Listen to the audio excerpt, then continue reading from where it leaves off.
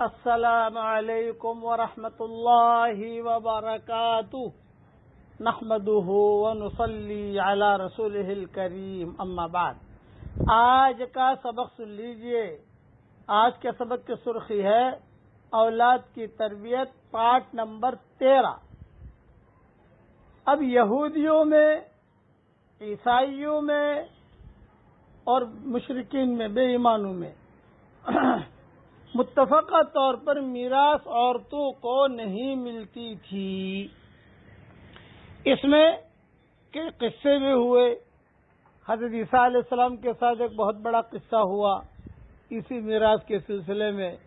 تو حضرت عیسیٰ علیہ السلام کے ساتھ قصہ ہوا بہت بڑا اس سلسلے میں، تو انہوں نے کہا بھی میں تو اوپر سے جو ترتیب چلی آ رہی ہے اسی ترتیب پہ چل رہا ہوں۔ خیر، اب یہ لمبی تفصیلیں ہیں، ان تفصیلوں میں کہاں جائیں۔ ہماری شریعت میں بھی شروع میں عورتوں کا میراث میں کوئی حصہ نہیں ہوتا تھا، لیکن ایک قصہ ہوا کہ غزوہ احد میں اوس ابن ثابت جو ہے وہ شہید ہوئے۔ بعض لوگوں نے سعد ابن ربیع کا بھی تذکرہ کیا ہے۔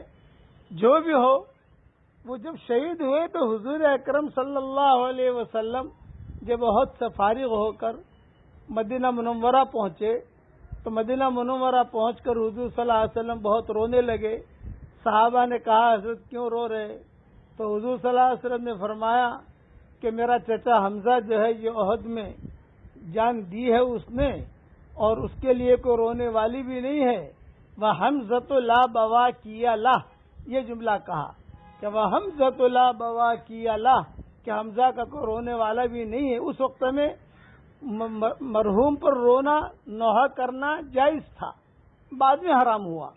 تو آپ نے جملہ فرمایا کہ وَحَمْزَةُ لَا بَوَاكِيَ لَهُ، کہ حمزہ کے لیے تو کوئی رونے والی بھی نہیں ہے یہاں مدینہ میں، اس لیے کہ تو مکہ کے رہنے والا تھا۔ تو مدینہ کی عورتوں نے جب سنا کہ حضور صلی اللہ علیہ وسلم پر یہ غم ہے، اس غم کی وجہ سے حضور یہ جملہ کہہ رہے ہیں، تو پھر ساری مدینہ کی عورتیں آ گئیں اور یہ فرمایا کہ حضرت ہمارے شوہروں پر تو ہم اکیلی رونے والیاں ہیں، یا ہمارے بچوں پر تو ہم اکیلی رونے والیاں ہیں، ہمارا بھائی مر گیا وہ ہم اکیلی رونے والیاں ہیں، لیکن حمزہ پر سارے مدینہ کی عورتیں رونے کے لیے تیار ہیں۔ یہ جملہ کہا وَحَمْزَةُ لَا بَوَاكِيَ لَهُ۔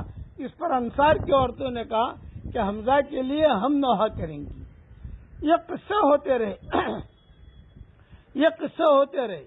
انہی میں اوس ابن ثابت کی بیوہ وہ بھی تھی کہ ہم بھی روئیں گے حمزہ کے اوپر، کہ ہمارے شوہر کے اوپر تو ہم روئیں ہیں، لیکن حمزہ کے اوپر ہمارا کوئی رشتہ نہیں ہے، لیکن ہم روئیں گے۔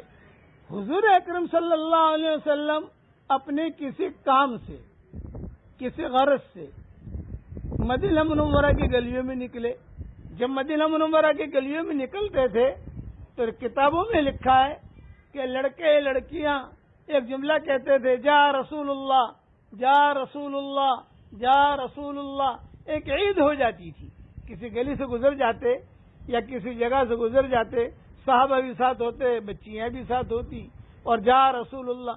تو یہ اوس ابن ثابت کے محل سے جب گزرنے لگے تو اوس ابن ثابت کی بیوہ نے دیکھ لیا کہ ہاں حضور آ رہے ہیں، تو اوس ابن ثابت نے کی بیوہ نے فوراً جو ہے کپڑے وغیرہ ٹھیک کیے اور اپنے بچوں کے کپڑے ٹھیک کیے۔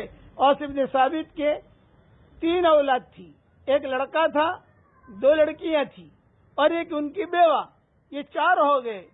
چنانچہ یہ بالکل تیار ہو کے بیٹھ گئے۔ جب حضور صلی اللہ علیہ وسلم قریب سے گزرے تو اوس ابن ثابت کی بیوہ نے کہا السلام علیکم یا رسول اللہ۔ حضور ٹھہر گئے۔ آپ نے پوچھا کچھ کہنا چاہتی ہو؟ فرمایا ہاں میں ایک درخواست کرنا چاہتی ہوں۔ یوں کہا کہو، صحابہ ساتھ ہیں، کہو کیا کہنا چاہتی ہو؟ یوں کہا کل جو ہے اوس ابن ثابت کے بھائی آئے تھے گھر میں اور انہوں نے کہا کہ بھابھی آپ کو تو کچھ ملے گا نہیں، اس لڑکے کو بھی کچھ نہیں ملے گا۔ کب ملے گا؟ جب یہ بڑا ہوگا تب ملے گا۔